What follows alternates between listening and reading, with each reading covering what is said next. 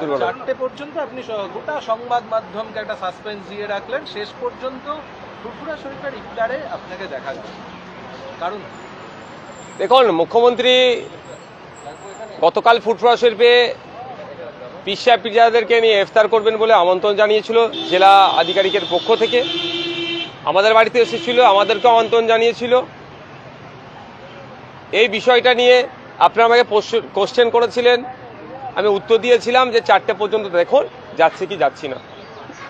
আমাদের দলের প্রতিষ্ঠাতা প্রাণপুরুষ তথা আমার বড় ভাইজান পীরজাদা আব্বাস সিদ্দিকী আমাকে ওই জায়গা থেকে যাওয়া থেকে আমাকে অব্যাহতি নিতে বললেন, বিরতি থাকতে বললেন, ফলে আমি সেখানে না গিয়ে অব্যাহতি নিলাম। সৌজন্যতা কি কোথাও ছিল? অবশ্যই আমি সৌজন্যতাকে সবসময় প্রাধান্য দিই, সবসময় আগিয়ে রাখার চেষ্টা করি। ইভেন দেখবেন আজকে আমি বিধানসভার মধ্যে লবিতে এই মুহূর্তে তৃণমূল কংগ্রেসের সব থেকে চর্চিত বিধায়ক হুমায়ুন কবির সাহেবের সাথেও কেমন আছেন না আছেন কথা বললাম, সৌজন্যর বিনিময় করলাম। এটা সবসময় আমি করি, কিন্তু কিছু জায়গাতে দলের যে নির্দেশনা থাকে, কিছু জায়গাতে পরিবারের পক্ষ থেকে যে নির্দেশনা থাকে সেটাকে উপেক্ষা করা যায় না। আর আমি একা না গেলে ওখানকার প্রোগ্রাম বা যারা পীর সাহেব পীরজাদারা সংখ্যায় হেভি সংখ্যায় ছিল, ফলে আমি একা না থাকলেও, আমি ওখানে না থাকলেও প্রোগ্রামটা অসফল হয়ে যাবে এরকম কোনো ব্যাপারও নয়। আপনি যে চর্চিত বিধায়কের কথা বলছেন, সেই বিধায়ককে নিয়ে আজকে তৃণমূল কংগ্রেস বৈঠকে বসেছিল, কিন্তু তাকে শুধুমাত্র সতর্ক করে ছেড়ে দেওয়া হলো। তৃণমূল কংগ্রেস কি করতে চাইছে, মানে বারবার শোকজ করা হবে, সতর্ক করা হবে? দেখুন তৃণমূল কংগ্রেস তার পার্টির অভ্যন্তরীণ ব্যাপারে কি করবে তাতে তো আমি তাকে জ্ঞান দিতে পারি না। তাদের শৃঙ্খলা কমিটি আছে, তারা মনে করে যে শৃঙ্খলা কতটা মধ্যে থাকছে, কতটা বহির্ভূত হচ্ছে, তার ভিত্তিতে করবে। কারণ ইতিপূর্বে আমরা অনেক দেখেছি আরাবুল ইসলাম সাহেব যিনি অধ্যাপিকাকে জগ ছুড়ে মেরেছিলেন, দীর্ঘ কয়েক বছর আগামী সে সাসপেন্ড থাকবে এ কথা বলেছিল, কিন্তু কয়েক মাস পরে তার সাসপেন্ড তুলে নিয়েছিল, তাকে আবার পঞ্চায়েত সমিতির পদে বসিয়ে দিয়েছিল। তো এদের কখন সাসপেন্ড করছে আর কখন প্রত্যাহার করছে এ নিয়ে আমি চর্চা করব না। দেখুন আমি যতটুকু বুঝতে পারছি এটা বিজেপি তৃণমূলের বাইনারি তৈরি করার চেষ্টা হচ্ছে। বিজেপি এক কথা বলবে, সেটাকে কাউন্টার করার জন্য তৃণমূল আর একটা কথা বলবে। এটা করে যাতে চর্চা হয় পশ্চিমবাংলাতে যে না বিজেপি আর তৃণমূলই রাজনৈতিক দল আছে, 2026-এ এদের দুজনের কাউকে একটা ভোট দিতে হয়, বা এদের দুজন ছাড়া আর কেউ নাই, বাকি যেগুলো আছে সেগুলোকে এড়িয়ে যায় যাতে মানুষ, সে কৌশলে এই বাইনারি তৈরির চেষ্টা হচ্ছে। সেই কারণে কি নওশাদ সিদ্দিকী আজকে মেনশনের আগে সাম্প্রদায়িক সম্প্রীতি নিয়ে কিছু কথা বললেন?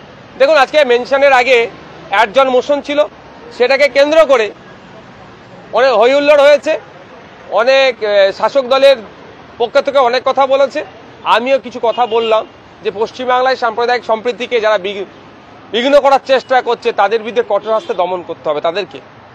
অনেক সময় অনেক ধরনের ইনসিডেন্ট আমরা দেখতে পাচ্ছি, অনেক ভায়োলেন্সের খবর আসছে, দুটো জনগোষ্ঠীর সাথে হচ্ছে এ ধরনের খবর আসছে, বা অনেক ফেক খবর আসছে। সত্যতা যাচাইয়ের জন্য, কে বা কারা দোষ সেগুলো যাচাইয়ের জন্য ফ্যাক্ট ফাইন্ডিং যে টিম যায়, সেই টিমের মধ্যে বিরোধী দলের বিধায়কদের রাখারও আমি অনুরোধ করেছি। তাহলে দুধকে দুধ পানিকে পানি হয়ে যাবে, অ্যাকচুয়াল হচ্ছেটা কি বা হয়েছেটা কি। কারণ এই হাউসের মধ্যে অভিযোগ নিয়ে এসেছিল যে নাকি বেলডাঙ্গা যে ইনসিডেন্ট ঘটেছিল, সেই ইনসিডেন্টে 80-র অধিক নাকি মন্দির ভাঙা হয়েছে। আমি সেই প্রসঙ্গ আজকে উত্থাপন করেছি, যদি 80-র অধিক মন্দির ভেঙে থাকে তাহলে কতজনের বিরুদ্ধে ব্যবস্থা গ্রহণ হয়েছে।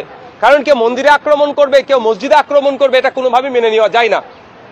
কিন্তু দুর্ভাগ্যের বিষয়, যখন কথা বলেছিল যে 80-র অধিক মন্দির ভাঙচুর হয়েছে, তখন শাসক দলের পক্ষ থেকে এটার কেউ প্রোটেস্ট করেনি।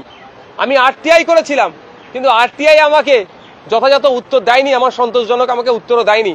আমার স্পেসিফিক কোশ্চেন ছিল যে কটা ধর্মস্থান আক্রান্ত হয়েছে এবং কি ব্যবস্থা গ্রহণ করা হয়েছে, ফ্যাক্ট ফাইন্ডিং টিমের রিপোর্ট কি, তাও দেয়নি। তাই আজকে এখানে বললাম যদি এই ধরনের কথা বলে কেউ বাজার গরম করে বাইরে বেরিয়ে, এটাকে আটকাতে গেলে চুলচেরা বিশ্লেষণ করা দরকার।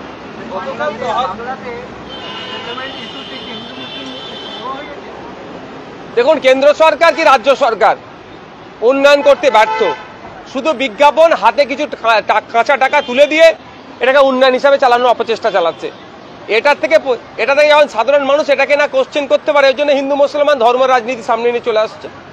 কেন্দ্র সরকার দেখুন না, বছরে 2 কোটি চাকরি দেওয়ার কথা বলেছিল, ডলার আর টাকা সমান এক হয়ে যাবে বলেছিল, জিডিপি বেড়ে যাবে বলেছিল, যে কটা প্রতিশ্রুতি দিয়েছে সবটাই ব্যর্থ হয়েছে।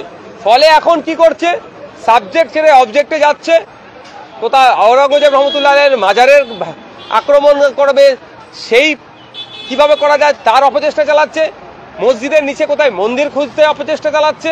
আর আমাদের রাজ্যে দেখুন, যে কটা কথা বলেছিল যে ক্ষমতায় আসলে কেন্দ্রীয় সমাহারে দিয়ে দেব, সাচার কমিটির সুপারিশগুলো বাস্তবায়ন করব, 6 মাসে শিল্প করে দেবো, সব কটাতে ব্যর্থ হয়েছে। ফলে এই ব্যর্থতা ঢাকার জন্য এও হিন্দু মুসলমানের পলিটিক্স করছে।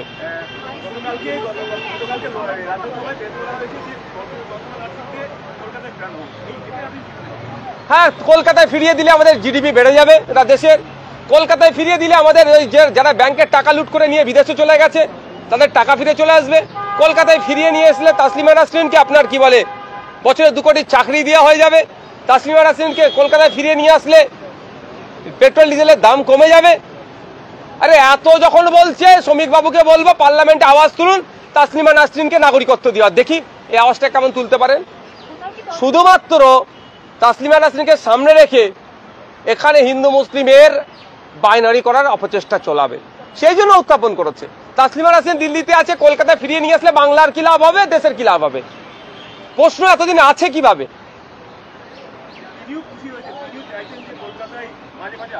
তিনি তো খুশি হবেন, তাকে যিনি শেল্টার দিয়ে রেখেছেন সেন্ট্রাল গভর্নমেন্ট, তার হয়ে ক্যাম্পেইন না করে দিলে আর কতদিন আগলে রাখবে? তহা সিদ্দিকী গতকাল বললেন যে দীঘায় যেমন ভাবে মন্দিরের জন্য রাজ্য সরকার টাকা খরচ করছে, ঠিক তেমন ভাবেই দীঘাতে মসজিদ হোক। আপনারাও কি তাই চান? দেখুন, তহা সিদ্দিকী চাচাজান যে কথা বলেছেন একজন ধর্মগুরু হিসাবে, ভিন্ন ধর্ম সম্প্রদায়েরও মনে কথা বলেছেন। প্রত্যেকটা সম্প্রদায়ের মানুষ ওখানে যায়, একটা একটা ধর্মস্থান তৈরি করে দেওয়া। কিন্তু রাষ্ট্রের কাজ তো এটা নয়। এই রাষ্ট্র বা রাজ্যের কাজ হচ্ছে মানুষের যে মৌলিক অধিকারগুলো আছে সেগুলো বাস্তবায়ন করা। আমি একজন রাজনৈতিক ব্যক্তি হয়ে, আমি একজন বিধানসভার সদস্য হয়ে, আমি মন্দির মসজিদ গির্জা গুরুদুয়ারার আগে আমার ডিমান্ড থাকবে যে ওখানে একটা উন্নত মানের হসপিটাল হোক। আমার আগে ডিমান্ড থাকবে পাবলিক ট্রান্সপোর্ট ওখানে আরো বেশি বাড়ানো হোক। মন্দির মসজিদ ধর্মস্থান তো ধর্মগুরুরা তৈরি করে নিচ্ছেন, আগামীতেও অনেক বানাবেন। কিন্তু এই ধর্মের সাথে রাজনীতিকে যেভাবে গুলিয়ে দেওয়া হচ্ছে, এর ফলে কি হবে? কালকে শিখ ভাইরা বলবেন, পরশুদিন আদিবাসীরা ভাইরা বলবেন, একদিন এক ভাইরা বলবেন যে তাদের ধর্ম তাদের প্রেয়ার করার জায়গা ওখানে তৈরি করে দেওয়া হোক। অ্যাকচুয়ালি এগুলো সাম্প্রদায়িক রাজনীতি যাতে আরো বেশি করা যায় তার জন্য এই একটা পথ খুলে দেওয়া হলো।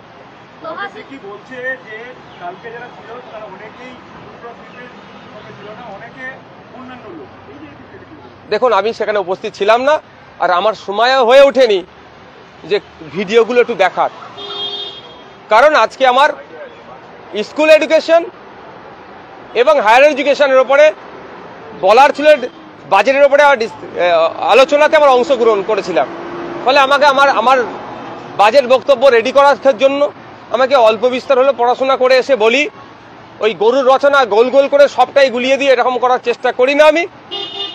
আমি সেই জন্য সময় পেয়ে ওঠিনি। কারা ছিল বা কারা ছিল না সেগুলো আমরা দেখবো এবং সেটাকে ক্লিয়ারিফিকেশন দেবো। নিশ্চিতভাবে তহা সিদ্দিকী চাচাজান যখন বলেছেন, আপনারা মনে হয় তাকে আরেকবার জিজ্ঞাসা করলে ভালো হয় যে কারা কারা ছিল না বা কারা কারা বাইরে ছিলেন, তাদের নামগুলো একটু বলে দিন।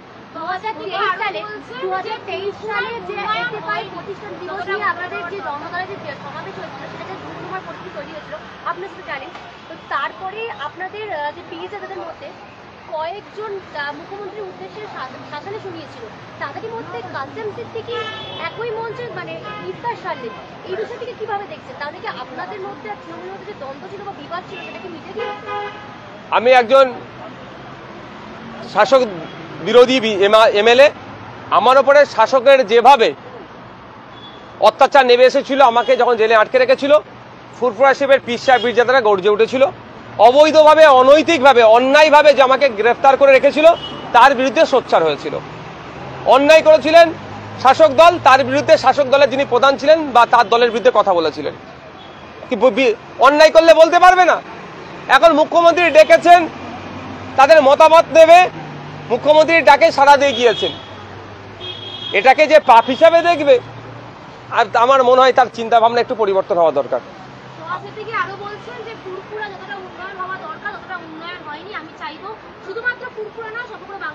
সেটা তো আমরা শুরু থেকেই বলে আসছি।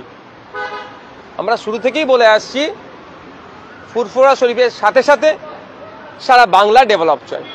সারা বাংলা ডেভেলপ করতে গেলে কি কি করতে হবে আমরা ফুরফুরা শরীফের পক্ষ থেকে বারবার এই টানে সোচ্চার হচ্ছে। এবং আপনাদের জানিয়ে রাখি, গতকালকে যারা আপনারা আওয়াজ শুনেছেন এই ডিমান্ড করেছে, তার সাথে সাথেও ফুরফুরা শরীফের পীর সাহেব পীরজাদারা বাংলার সম্প্রীতি, বাংলার ঐক্য, বাংলায় ফেক ST/SC সার্টিফিকেটে প্রকৃত ST/SC মানুষরা বঞ্চিত হয়েছে সেই বিষয়, OBC সার্টিফিকেট, উচ্চশিক্ষা, স্বাস্থ্য, কর্মসংস্থান, আবাস যোজনা, এই সমস্ত বিষয়গুলো নিয়েও কিন্তু লিখিত আকারে মুখ্যমন্ত্রীর কাছে দিয়েছেন। এবার মুখ্যমন্ত্রী যেহেতু ফুরফুরা শরীফে উপস্থিত হয়েছেন, সেই জন্য ফোকাসটা ফুরফুরা শরীফকে সামনে রেখে করেছে বক্তব্যে। কিন্তু এটা ভুলে যাবেন না যে ডিমান্ড বাকিগুলো যেগুলো ছিল সমগ্র বাংলার জন্য ডিমান্ড ছিল, নট অনলি মুসলিম আর নট অনলি ফুরফুরা শরীফ। পশ্চিমবাংলার প্রত্যেকটা কমিউনিটি, প্রত্যেকটা এরিয়ার মানুষের জন্য কিছু না কিছু ফুরফুরা শরীফের পক্ষ থেকে গতকালকে ডিমান্ড রাখা হয়েছিল লিখিত আকারে।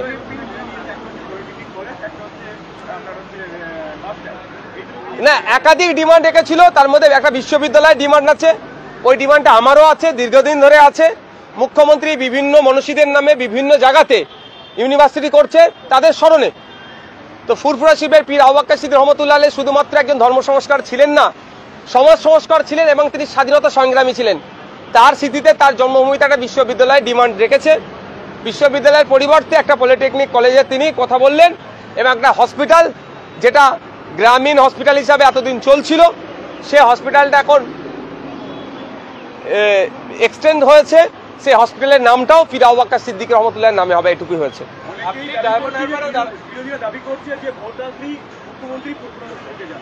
ভোট আসলেই মুখ্যমন্ত্রী বেলুন মঠে যান, ভোট আসলেই মুখ্যমন্ত্রী বিভিন্ন সম্প্রদায়ের মানুষের কাছে যান, ভোট আসলেই রাজনৈতিক নেতারাই তো এটা করছেন। আর এই রাজনীতিটা আমরা বন্ধ করতে চাইছি।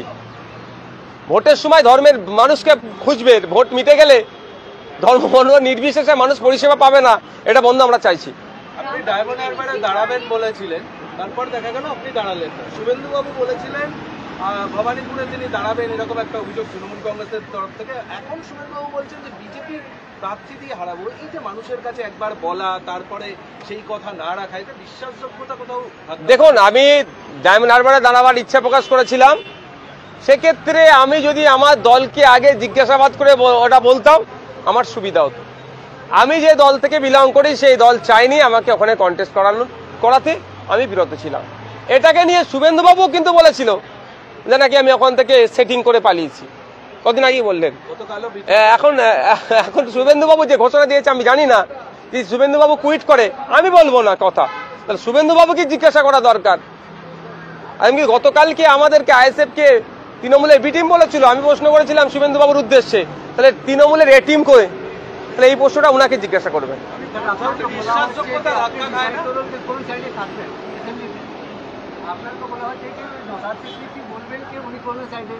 আমি সংযুক্ত মোর্চার সাইডে থাকবো, আমি ISF এর সাইডে থাকবো, এটা মাথায় রাখবেন। কারো লেজুর ধরে ঘোরার পক্ষে নয়। হ্যাঁ, আমরা সংযুক্ত মোর্চার হয়ে কন্টেস্ট করেছি, আমি একজন সংযুক্ত মোর্চার বিধায়ক, আজকেও নিজেকে বলতে স্বাচ্ছন্দ্য বেশি বোধ করছি। সুতরাং আমাদের পার্টির গাইডলাইন আছে এবং সংযুক্ত মোর্চা যে লক্ষ্যে তৈরি হয়েছে সেই লক্ষ্য 2026-এর আমার ভ্যালিডিটির শেষ দিন পর্যন্ত আমি এগিয়ে নিয়ে যাব। আমি না লেফট সাইড, মানে এখানকার লেফট বলছি, আমার তৃণমূল আছে আর এখানে রাইটে আছে বিজেপি, কোনো সাইড আমার দরকার নেই। আমার স্টেট সাইড স্পিকার সাইড একদম স্যারকে ফলো করে। এই যে আপনারা মন্তব্য করেন তারপরে সরে আসে, বিশ্বাসযোগ্যতা কোথাও ধাক্কা খায় না? দেখুন, আমি আপনারাতে নয়, আমি আমার কথা বলছি। আমি আবারও স্বীকার করছি, আমার মন্তব্য করার আগে আমার পার্টিকে জিজ্ঞাসা করা দরকার ছিল। ওই জন্য আগামী যে বিষয়গুলো পার্টির আলোচনা করে মন্তব্য করা দরকার, ওই বিষয়ে আপনারা কোশ্চেন করলে আমি বলে দিই এটা পার্টির আলোচনা সাপেক্ষ, আলোচনা করেই জানাবো। অন্যরা কি করছে, তাদের বিশ্বাসযোগ্যতা কতটা আছে না আছে, একাধিকবার দল চেঞ্জ করে, সে বিষয়ে আমি বলবো না।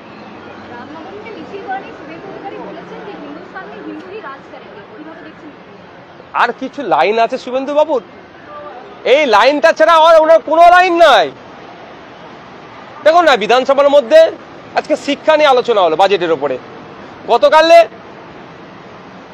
Urban development municipal affairs ministry আলোচনা হলো, তার আগের দিনেও পঞ্চায়েত এবং গ্রাম উন্নয়ন দপ্তরে আলোচনা হলো। তিনটি গুরুত্বপূর্ণ বিষয় আগামীকাল, হেলথ অ্যান্ড ফ্যামিলি ওয়েলফেয়ার। এই ধরনের গুরুত্বপূর্ণ বিষয়গুলোতে অংশগ্রহণ না করে বাইরে বলছেন ওনারা। এটা ইস্যু নেই, ওদের এখানে ইস্যু করতে পারছে না, ভিতরে তো ইস্যু করার জায়গা। দুর্ভাগ্যের বিষয়, এই হিন্দু হিন্দু হিন্দু আর মুসলমানের বিরুদ্ধে দুটো কথা বলা ছাড়া এদের রাজনৈতিক কোনো এজেন্ডা নাই। ওই শুভেন্দুবাবুর কথা বাংলার হিন্দুরা পাত্তা দেয় না, মমতা ব্যানার্জির কথা বাংলার মুসলমানরা সে অর্থে পাত্তা দেয় না।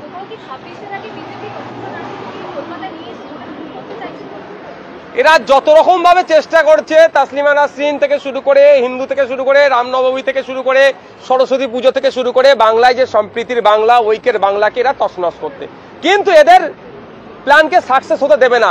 এটা তৃণমূল আটকাতে পারছে না, তৃণমূল আরো এই আগুনে ঘি ঢালার চেষ্টা করছে। এটাকে আঁচকাচ্ছে কারা? এটাকে আঁচকাচ্ছে অভিজিৎরা, এটাকে আঁচকাচ্ছে নাসিমরা। কোন অভিজিৎ? যেদিনকে দোল ছিল আমাদের বাংলাতে, অভিজিতের কাছে, অভিজিৎ বাবুর কাছে খবর এসেছে যে হসপিটালে একটা 65 বছরের বয়স্ক লোক যার নাম হাতেম, তার রক্তের প্রয়োজন, এবি পজিটিভ রক্তের দরকার। অভিজিৎ বাবু তিনি তৎক্ষণিক তার দোল খেলাকে বন্ধ করে অল্প মুখে যা রং, বা তিনি যা রং মেখা অবস্থায় হসপিটালে ছুটে গিয়েছিলেন কালনাতে, গিয়ে হাতেমকে রক্ত দিয়েছে। এই অভিজিৎ বাবু এই বার্তা দিচ্ছে বাংলায় সম্প্রীতি ছাড়া অন্য কোনো কথা হবে না। যারা সাম্প্রদায়িক চিন্তা ভাবনা করে তাদের গালে প্রতিবাদের চড় মেরেছে। নাসিম বার্তা দিয়েছে রোজা অবস্থায় এক হিন্দু মহিলার রক্তের প্রয়োজন হয়েছিল আপনার কল্যাণীতে, তার কিডনির প্রবলেম আছে, তো নাসিম রোজা অবস্থায় গিয়ে বেডে শুয়ে রক্ত দিয়েছে আমার হিন্দু বোনটাকে, হিন্দু মাটাকে, তাকে বাঁচতে সহযোগিতা করেছে, বাঁচার মাধ্যম হয়ে উঠেছে। তো নাসিম বার্তা দিচ্ছে যারা সাম্প্রদায়িক কথা করবে, যারা সাম্প্রদায়িক ভাবে মানুষকে বিচ্ছিন্ন করার চেষ্টা করছে, তাদের গালে, এই যারা সাম্প্রদায়িক কথা করছে তাদের গালে কি করছে, এর বার্তার চড় দিচ্ছে। সুতরাং এই বাংলাকে যতই বিজেপি তৃণমূল চেষ্টা করুক না কেন, হিন্দু মুসলমানের মধ্যে বাইনারি করতে চাইবে, অভিজিৎ আর নাসিমরা বারবার তাদের সর্বোচ্চ চেষ্টা দিয়ে বাংলার সম্প্রীতিকে তারা আগলে রাখবে। আমি স্যালুট জানাই অভিজিৎ বাবুকে, আমি স্যালুট জানাই নাসিম বাবুকে।